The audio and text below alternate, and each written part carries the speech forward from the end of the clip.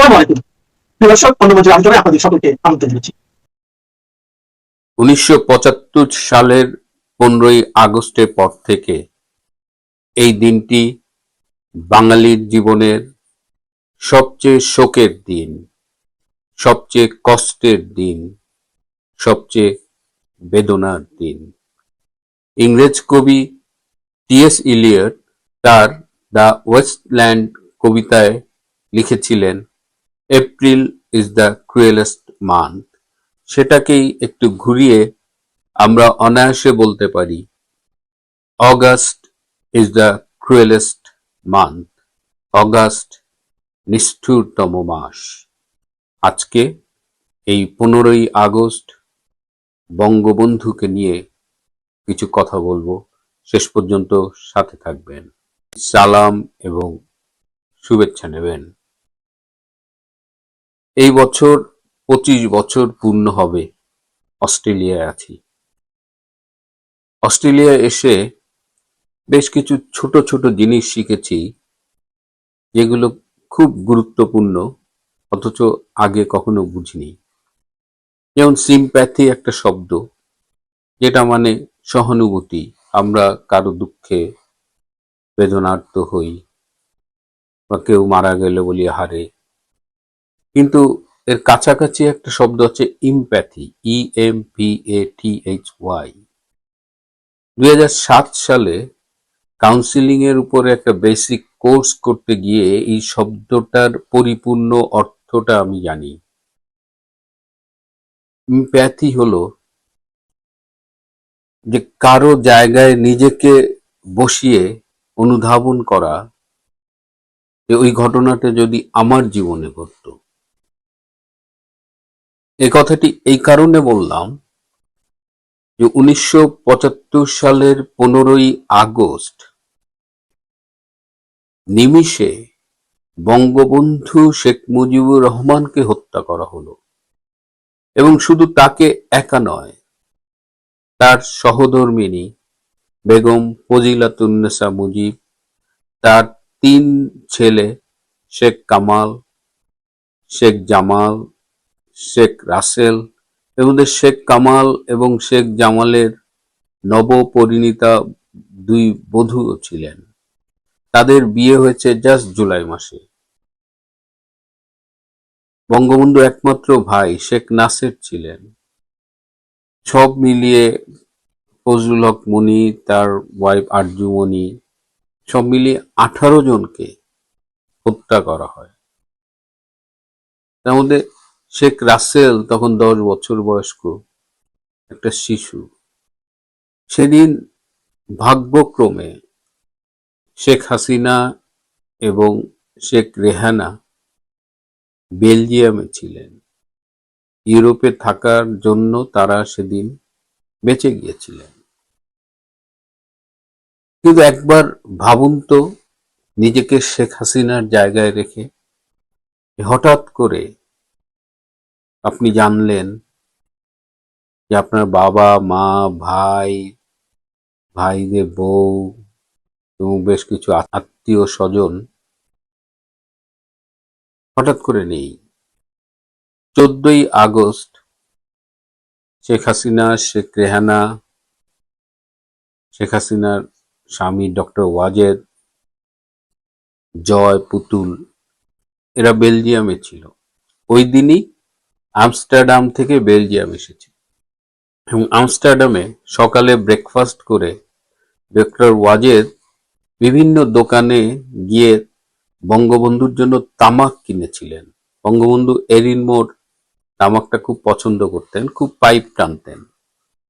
তো বঙ্গবন্ধুর জন্য বেশ কয়েকটা দোকান থেকে এরিনমোর তামাক কিনেছেন। তারপর তারা বেলজিয়ামে এসেছেন। বেলজিয়ামে তারা সেই সময় বাংলাদেশের রাষ্ট্রদূত সানাউল হকের বাসায় ছিলেন, এবং সেই রাতে 14ই আগস্ট রাতে তাদের ক্যান্ডেল লাইট ডিনার ছিল, এবং সেখানে তারা অনেক আনন্দ করেছে, খুব হাসাহাসি করছিলেন। এবং পরের দিন তারা ভোরে ঘুম থেকে উঠে জানলেন যে বাংলাদেশে একটা ভয়াবহ ঘটনা ঘটেছে, কিন্তু তখনও শেখ হাসিনা শেখ রেহানাকে বলা হয়নি যে বাংলাদেশে তার বাবা মা ভাই সবাইকে হত্যা করা হয়েছে। সেই সময়ে সানাউল হক খুব ক্ষুব্ধ হয়েছিলেন। জার্মানিতে, পশ্চিম জার্মানিতে বাংলাদেশের রাষ্ট্রদূত ছিলেন হুমায়ুন রশিদ চৌধুরী। হুমায়ুন রশিদ চৌধুরীর শহরেই বেসিক্যালি শেখ হাসিনা গিয়েছিলেন, কারণ সেখানে ডক্টর ওয়াজেদ পোস্ট ডক করছিলেন। তো সানাউল হক খুব রাগ করে বলছেন যে আপনি কেন এই মেয়েদের পাঠিয়ে আমাকে বিপদে ফেললেন, আমার চাকরি থাকবে না। হুমায়ুন রশিদ চৌধুরী তখন নিজেকে বলছেন যে আই এম দ্য ক্যাপ্টেন, আমাকে এই পরিস্থিতি সামলাতে হবে। কারণ হুমায়ুন রশিদ চৌধুরী বাংলাদেশ থেকে খবর পেয়েছেন, তাকে একজন জার্মান সাংবাদিক বলেছেন, তিনি আবার সেটা ফোনে ডক্টর ওয়াজেদকে জানিয়েছেন এবং বলেছেন যেন এই মুহূর্তে শেখ হাসিনাকে এবং শেখ রেহানাকে না জানানো হয়। এরকম একটা দুঃসহ ঘটনা, তারপরে অনিশ্চয়তা, তারপরে জার্মানিতে আসা, সেখান থেকে ভারতে আসা, 25শে আগস্ট সম্ভবত ভারতে এসেছিল। তো সব মিলিয়ে এই যে আকস্মিক এই ঘটনাটা ঘটে গেছে, শেখ হাসিনার জায়গায় নিজেকে রেখে দেখুন তো এই ঘটনাটা কি প্রতিক্রিয়া হয়।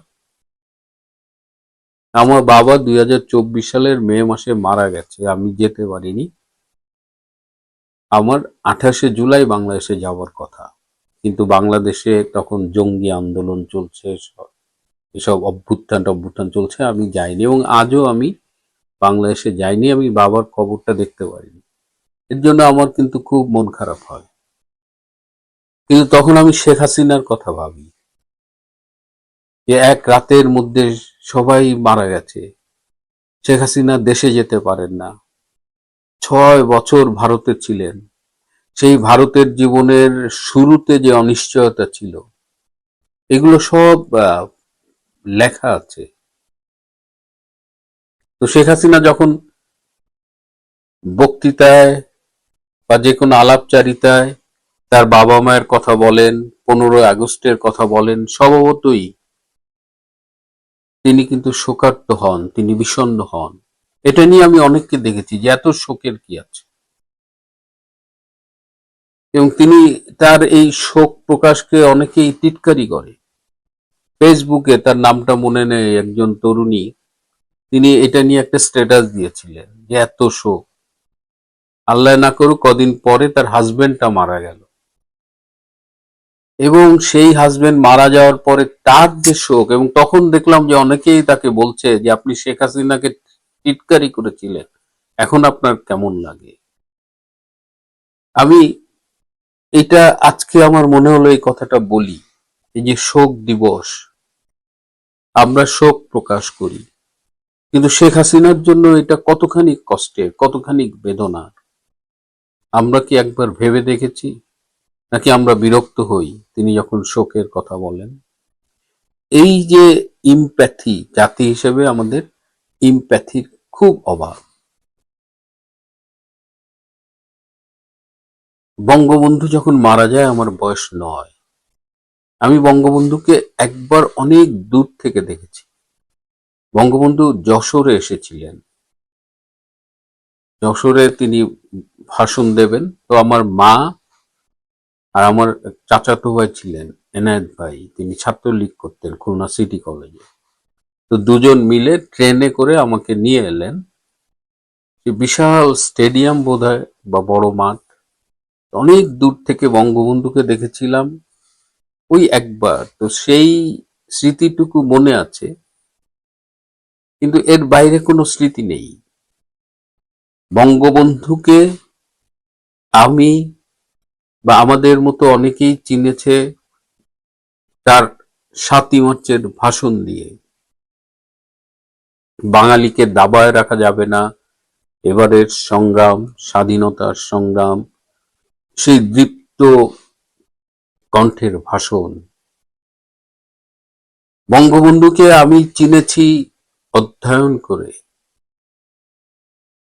পড়াশোনা করেছি, এবং পরবর্তীতে অনুধাবন করেছি যে বঙ্গবন্ধুর আদর্শ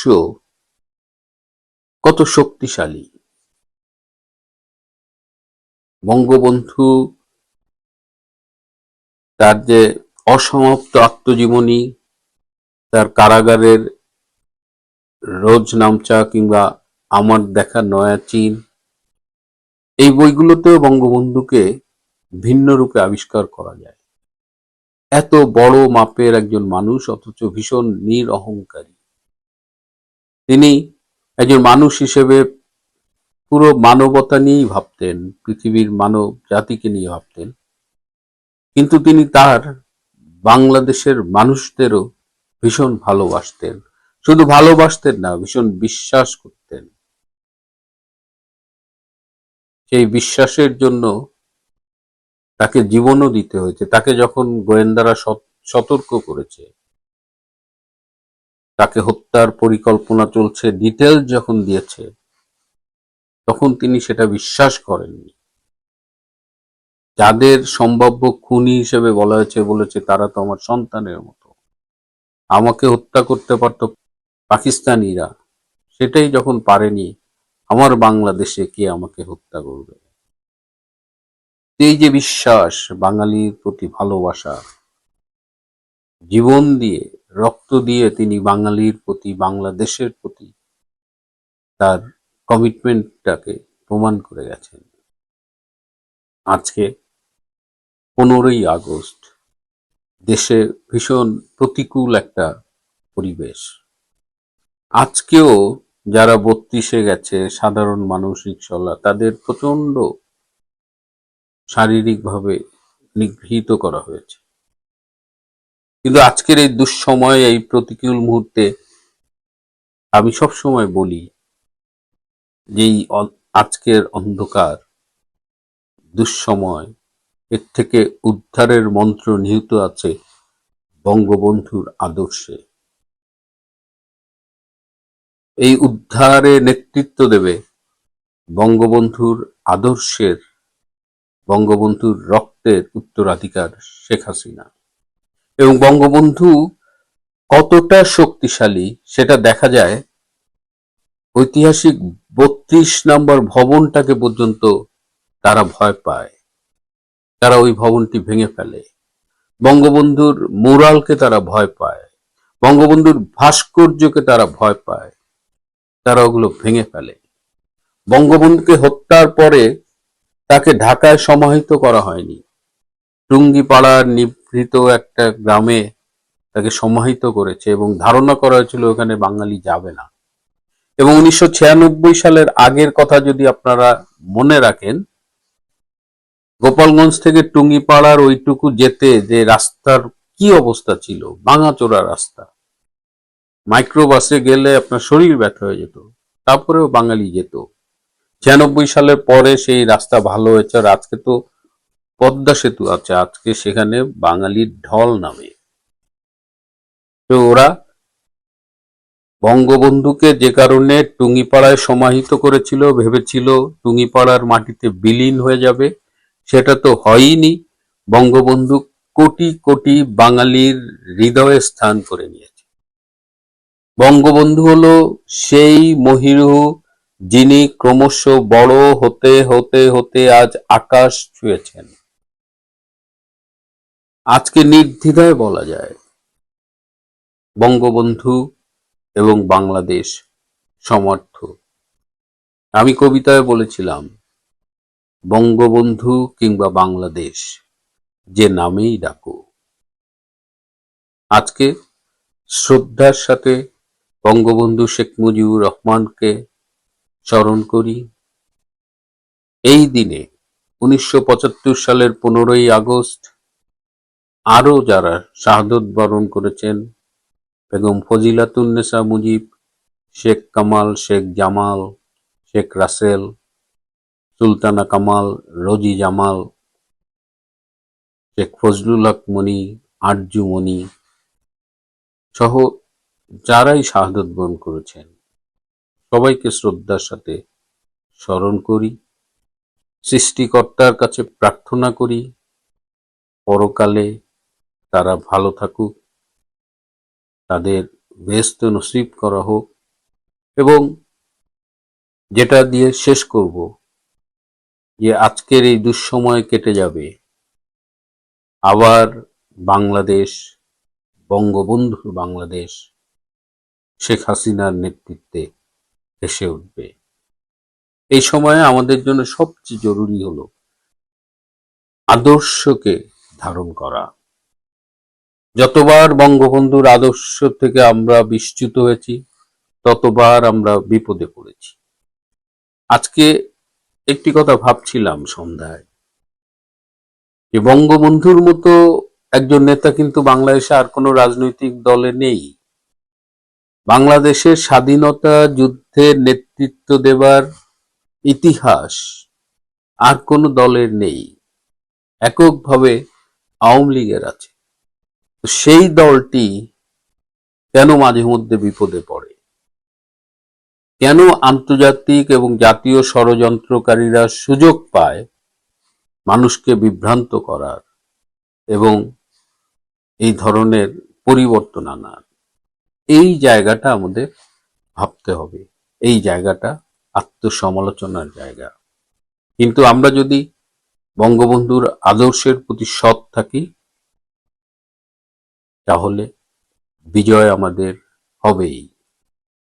প্রিয় বন্ধুরা, আজ এ পর্যন্তই।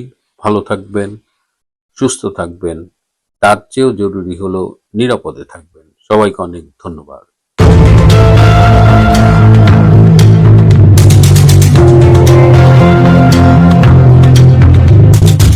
আসসালামু আলাইকুম রহমতুল্লাহি ওয়া বারাকাতুহু। সম্মানিত দর্শক, বিদ্যুৎ নিয়ে কিছু খোলামেলা এবং অপ্রিয় সত্য কথা বলা অত্যন্ত জরুরি। এখনকার বাস্তবতা হলো, বাংলাদেশের যারা ভুক্তভোগী মানুষ রয়েছে, একেবারে যারা কট্টর বিএনপি পন্থী, এরকম সামান্য কিছু মানুষজন ছাড়া মোরাললেস প্রায় সবাই গ্রাম অঞ্চলের, তারা এই বিদ্যুতের যে সমস্যা, এই সমস্যাটা আর এখন বহন করতে পারছে না।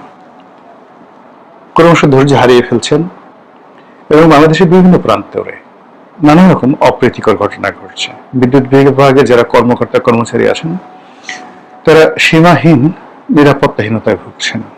টেলিফোন করে তাদেরকে গালাগাল করা হচ্ছে, অনেক জায়গাতে বিদ্যুৎ অফিসগুলোতে হামলা করার চেষ্টা করা হচ্ছে এবং বিদ্যুৎ বিভাগের বিভিন্ন লোককে টেলিফোন করে ডেকে নিয়ে তাদেরকে বেঁধে রাখা হচ্ছে, আটকে রাখা হচ্ছে উইদিন দ্য অর্গানোগ্রাম। অর্থাৎ বিদ্যুৎ বিভাগের কর্মকর্তাদের মধ্যে ধরেন general manager, DGM, AGM, operator, lineman, তাদের মধ্যে সম্পর্ক নষ্ট হয়ে যাচ্ছে। জনগণকে সামাল দেওয়ার জন্য দেখা যাচ্ছে যে তারা বিভিন্ন তথ্যপত্র গোপন রাখছে এবং বেশ কয়েকজন সিনিয়র কর্মকর্তা বিদ্যুৎ বিভাগে তাদের যে বক্তব্যগুলো, সেগুলো ইন্টারনালি যে সকল বক্তব্যগুলো টেলিফোনে হয়েছে, সেই বক্তব্যগুলো এখন রীতিমতো ইন্টারনেটে ভাইরাল। তো সেখানে লোডশেডিং হচ্ছে, কিন্তু জনগণকে বলা হচ্ছে যে না, লোডশেডিং হচ্ছে না, ছোট্ট একটা প্রবলেম হচ্ছে, এখনই সমাধান হয়ে যাচ্ছে, লাইন কিছুক্ষণের মধ্যে চালু করে দিচ্ছি। এই যে লুকোচুরির যে বিষয়টি, এই বিষয়টি এখন ওপেন সিক্রেট হয়ে গেছে। এই গেল এক। দুই নম্বর হলো যে বিদ্যুৎ আমাদের প্রয়োজন। জীবনযাত্রার মান বাড়ার সঙ্গে সঙ্গে আমাদের ফ্রিজ হয়েছে, টিভি হয়েছে, এয়ার কন্ডিশনার হয়েছে। কাজেই এই বিষয়গুলো ছাড়া আমরা এখন কাজ করতে পারছি না, ঘুমাতে পারছি না, চলতে পারছি না। এবং এটা একদিন দুই দিন নয়, যখন এটা ক্রমাগত আমাদের জীবনে এই বিদ্যুতের সমস্যাগুলো তৈরি হচ্ছে, তাহলে যারা এই ফ্রিজে মাংস রেখেছেন, বাজার থেকে কিনে এনেছেন, যারা বরফের ব্যবসা করছেন, তারপরে যারা যাকে বলা হয় এয়ার কন্ডিশনের মধ্যে ঘুমিয়ে সারাদিন কাজ করেন, এই অভ্যাসগুলো হয়তো 20 বছর আগে ছিল না, কিন্তু এগুলো আমাদের এখন অস্থি মজ্জায় মিশে গেছে। ফলে আমাদের যে জাতীয় উৎপাদন, আমাদের চিন্তা, আমাদের কর্ম, আমাদের প্রেম, ভালোবাসা, সবকিছুর সঙ্গে আসলে বিদ্যুৎ সংযুক্ত হয়ে গেছে। এর বাইরে বিদ্যুৎ কেন্দ্রিক যে সমস্ত শিল্প কলকারখানা রয়েছে, ধরুন আমাদের বাংলাদেশে এখন এয়ার কন্ডিশনিং, ফ্রিজ, বৈদ্যুতিক সামগ্রী, ফ্যান সবই তৈরি করার জন্য নিজস্ব ফ্যাক্টরি আছে। এগুলো মানে তারা যে উৎপাদন করবে, বিক্রি বাট্টা হচ্ছে না। আবার এগুলো যে তারা চালাবে, উৎপাদন করবে, সেই উৎপাদন করার জন্য বিদ্যুৎ নাই।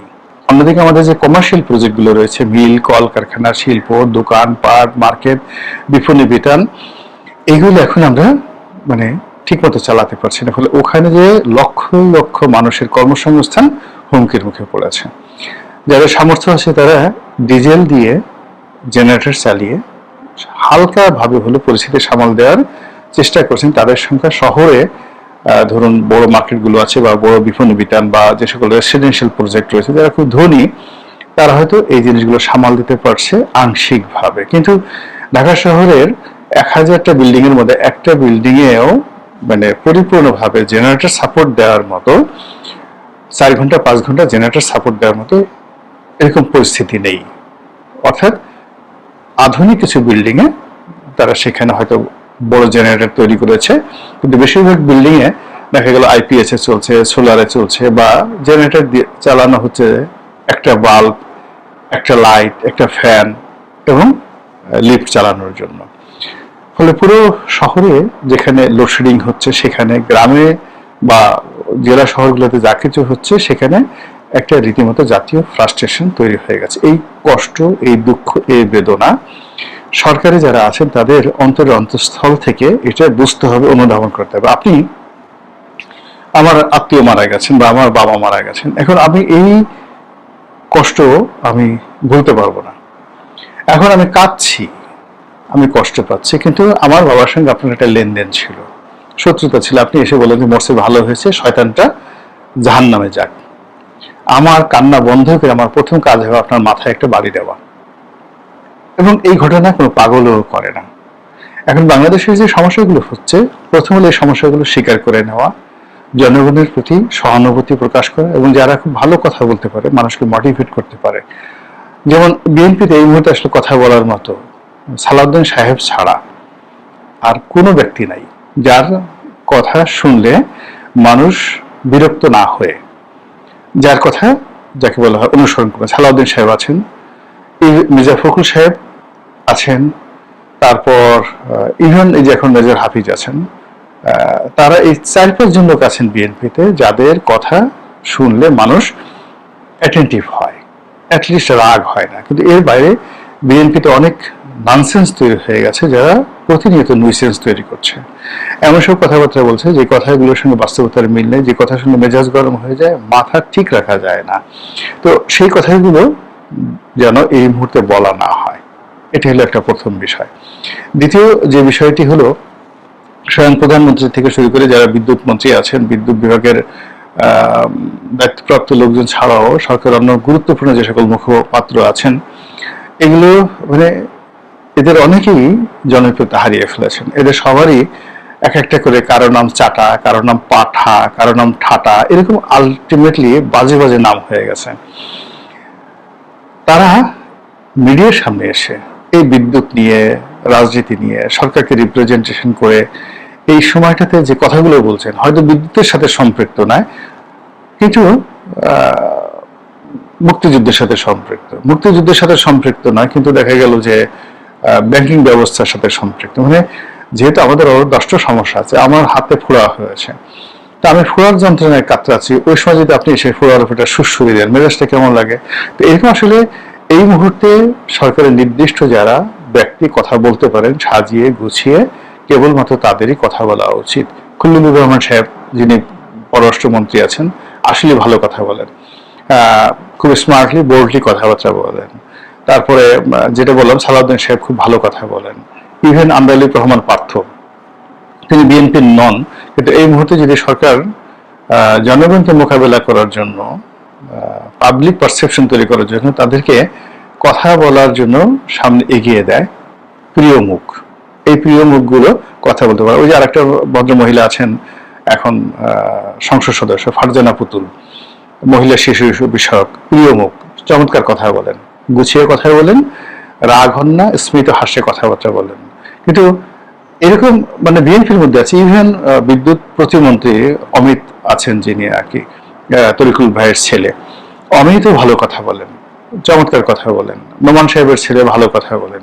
তো যারা যারা দলের মধ্যে খুব ভালো কথা বলেন, যাদের কথা মানুষ শুনবে, অ্যাটেন্টিভ আছে, তাদেরকে সামনে না এনে যদি ঘাড়টামি করা হয়, যাদের কথা শুনলে মেজাজ গরম হয়ে যায়, মনে হয় যে ধৈর্যের বাঁধ ভেঙে যায়, তাদেরকে দিয়ে কথা বলানো যাবে না, তাদেরকে এই মুহূর্তে কথা বন্ধ করাতে হবে, তাদেরকে দিয়ে আদারওয়াইজ কোনো পরিস্থিতি নিয়ন্ত্রণ করা যাবে না। ধরুন আজকের এই সমস্যাটা তো একদিনে হয়নি, এটা তো সত্য কথা।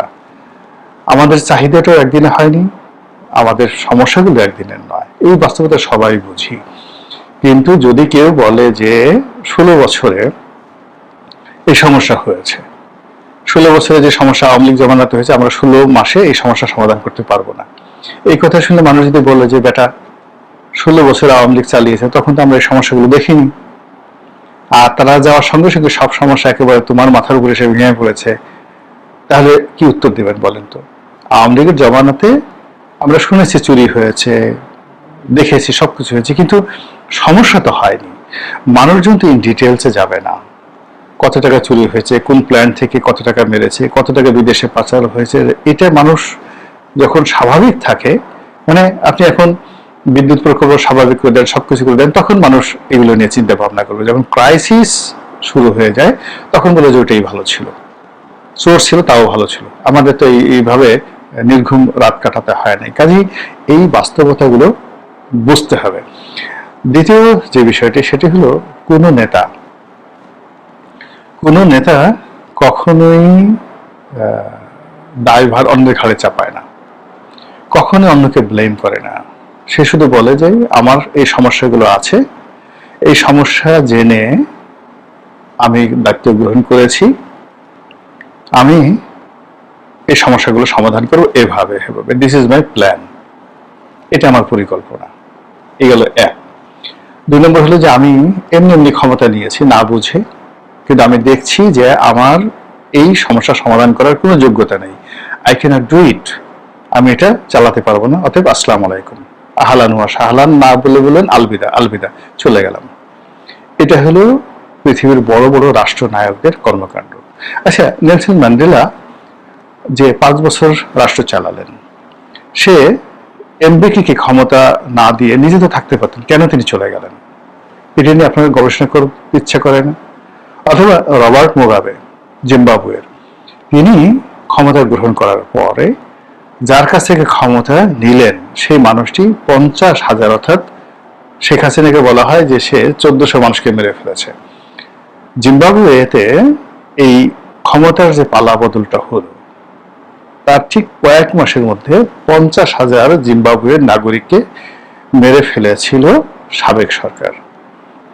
অথচ রবার্ট মুগাবে ক্ষমতায় এসে রিকনসিলিয়েশন করে সেই লোকটিকে, অর্থাৎ যে মেরেছিল সাবেক সরকার, তাকে স্বাধীন করে দিলেন, জেলেও নিলেন না, এবং বললেন যে আমি এরকম একটা সুশাসন প্রতিষ্ঠা করবো যে তুমি এই শহরে নিরাপদে ঘুরতে পারবে, একটা লোক তোমাকে টু শব্দ করবে না, এবং একটা লোক বাজে শব্দ উচ্চারণ করবে না। সেই আগে যারা কলোনির মানে হোয়াইট চামড়ার মানুষ ছিল দক্ষিণ আফ্রিকার মতো, যারা জিম্বাবুয়েকে দীর্ঘদিন ধরে শাসন করত। তো এই বক্তব্য যখন তিনি বলছিলেন, জাতিসংঘে বলছিলেন রবার্ট মুগাবে, যে আমি আমার দেশে এই কাজগুলো করেছি, আমি ক্ষমতা গ্রহণ করে যে লোক আমার দলের দেশের মানুষের মধ্য থেকে খুঁজে খুঁজে 50,000 নেতৃবৃন্দ, সাধারণ জনতা নয়, যাদেরকে গুলি করে মেরেছে, তাকে আমি স্বাধীন করে দিয়েছি, এবং সে বুক ফুলিয়ে জিম্বাবুয়ের এই প্রান্ত থেকে ওই প্রান্ত পর্যন্ত ঘোরাফেরা করেছে, তার একটা টু শব্দ শুনতে হয়নি, এবং একটা মানুষ কোনোদিন তাকে একটা ঢিল ছোড়াতে দূরের কথা মুখ দিয়ে একটা বাজে শব্দ উচ্চারণ করেনি। এই কাজ কি ইউরোপ করতে পারবে? এবং এই কারণে কি হচ্ছে, যখনই জিম্বাবুয়ের নাম চলে আসছে তখন রবার্ট মুগাবের নাম চলে আসছে। যখন রবার্ট মুগাবের নাম চলে আসছে এবং তিনি যখন জাতিসংঘের ডায়াসে বসে সেই আমেরিকার প্রেসিডেন্টদেরকে গালাগালি করেন, আমেরিকা চুপ হয়ে থাকতে হয়, ডেভিড ক্যামেরনকে চুপ হয়ে থাকতে হয়, ব্রিটেনকে চুপ হয়ে থাকতে হয়, বিকজ ওই ধরনের সফলতা, নেতৃত্বের গুণাবলী তাদের মধ্যে রয়েছে। এখন দেখেন পল কাগামে যে কাজগুলো করছে রুয়ান্ডাতে, এখন যেভাবে আপনার বুর্কিনা ফাসোতে যে কাজগুলো করছে ইব্রাহিম তারোরে, কিংবা ইভেন উগান্ডাতে যে মুসুভেনি এখন প্রেসিডেন্ট, যেভাবে সমাজকে নিয়ন্ত্রণ করছেন, রাষ্ট্রকে নিয়ন্ত্রণ করছেন, সবাইকে হ্যাপি রাখছেন, ফলে ইউরোপ তাদের সাথে কথা বলতে পারে না। এর আগে যখন ইউরোপিয়ান কলোনিগুলো ছিল তারা এটা পারেনি। তো কাজে এখন বর্তমান সরকারকে এই সমস্ত, যে অতীতে ডক্টর ইউনূস কি করলেন, আওয়ামী লীগ কি করলেন, এমনকি আগের জমানাতে তারা কি করলেন, এইগুলো নিয়ে খোঁটা দেওয়া, স্মরণ করা, এগুলো সরকারের জন্য ভালো ফলাফল বয়ে নিয়ে আসবে না। বিশেষ করে এই বিদ্যুতের এই ক্রাইসিস মোমেন্টে বিদ্যুৎ মন্ত্রী জনাব ইকবাল হাসান মাহমুদ আমার সাথে খুব ভালো সম্পর্ক, কিন্তু তিনি যে সকল কথাবার্তা বলছেন সেই কথাগুলো জনগণ নিতে পারছেন না। তখন বিগত সরকারের সময়টাতে যখন বিদ্যুৎ নিয়ে নানা রকম তেলেসমাতি হয়েছে, বিদ্যুৎ নিয়ে দুর্নীতির ব্যাপারে তাকে, তারেক রহমান সাহেবকে, হাওয়া ভবনকে, খাম্বাকে যেভাবে মানুষ গালাগালি করেছে, এখন এই সময়ের প্রেক্ষাপটে তারই নেতৃত্বে যদি আবার একই ঘটনা ঘটে, তাহলে জনগণ কি করে নিজেদেরকে সামাল দেবে? সরকারের আমার কাছে মনে হচ্ছে বিদ্যুতের ব্যাপারে, বিদ্যুৎ বিভাগের ব্যাপারে, বিদ্যুৎ মন্ত্রণালয়ের ব্যাপারে খুব নিষ্ঠুর কতগুলো সিদ্ধান্ত নিতে হবে এবং আত্মসংযম, মারাত্মক আত্মসংযম প্রদর্শন করতে হবে। আর যদি তা না হয়, তাহলে অতীতের সেই যে কানসার্টের ঘটনা সামাল দেওয়া গিয়েছিল, গুলি করে বহু মানুষকে মেরে সামাল দেওয়া গিয়েছিল, এইবার দেশের যে অবস্থা, কানসার্টের মতো যদি একটা সিঙ্গেল ঘটনায় একটা প্রাণ ঝরে বিদ্যুৎ নিয়ে সারা বাংলাদেশে, পুরো সরকার অচল হয়ে যাবে। এই সমাজ এখন আর নেই। মহান আল্লাহ আমাদের সবাইকে হেদায়েত দান করুন এবং হেফাজত করুন। আসসালামু আলাইকুম ওয়া রাহমাতুল্লাহি ওয়া বারাকাতুহু।